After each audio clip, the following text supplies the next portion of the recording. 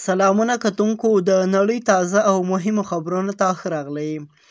ملیشیا ته تلونکي 9 افغانان په تایلنډ کې نیول شوي دي. د بنکاک پوسټ د راپور له مخې د تایلنډ پولیسو دغه هیواد په 2 سویلي ولایتونو کې هغه 9 افغانان نیولي دي چې بې قانونه ملیشیا ته تلل.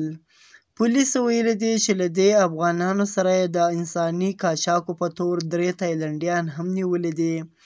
پولیس وایي د شنبې په سهار د سونخلا په هاتي ولسوالۍ کې د لایسنس په لټلو په پلمه یو موټر ودراوه، خو وروسته معلومه شوله چې موټر کې 4 غیر قانوني افغانان کډوال وو.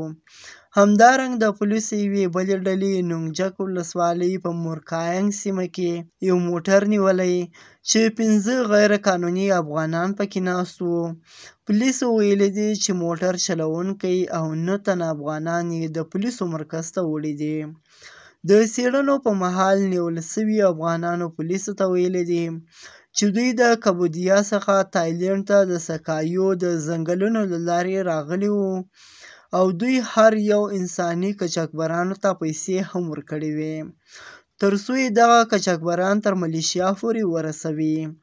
پولیسو ویلي دي چې د تایلنډي قاچاقبرانو ترڅنګ ټول نیول شوي افغانان د دوی په بند کې دي.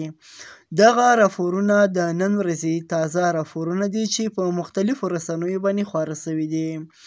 خو تر اوسه پورې د دغو افغانانو د نیولو په اړه باندې د افغانستان د طالبانو حکومت یا د طالبانو مشرانو څه نه دي ویلي او تر اوسه یې دغه خبره نه ده په ډاګه کړې. د نورو تازه او مهمو معلوماتو لپاره له موږ سره اوسئ.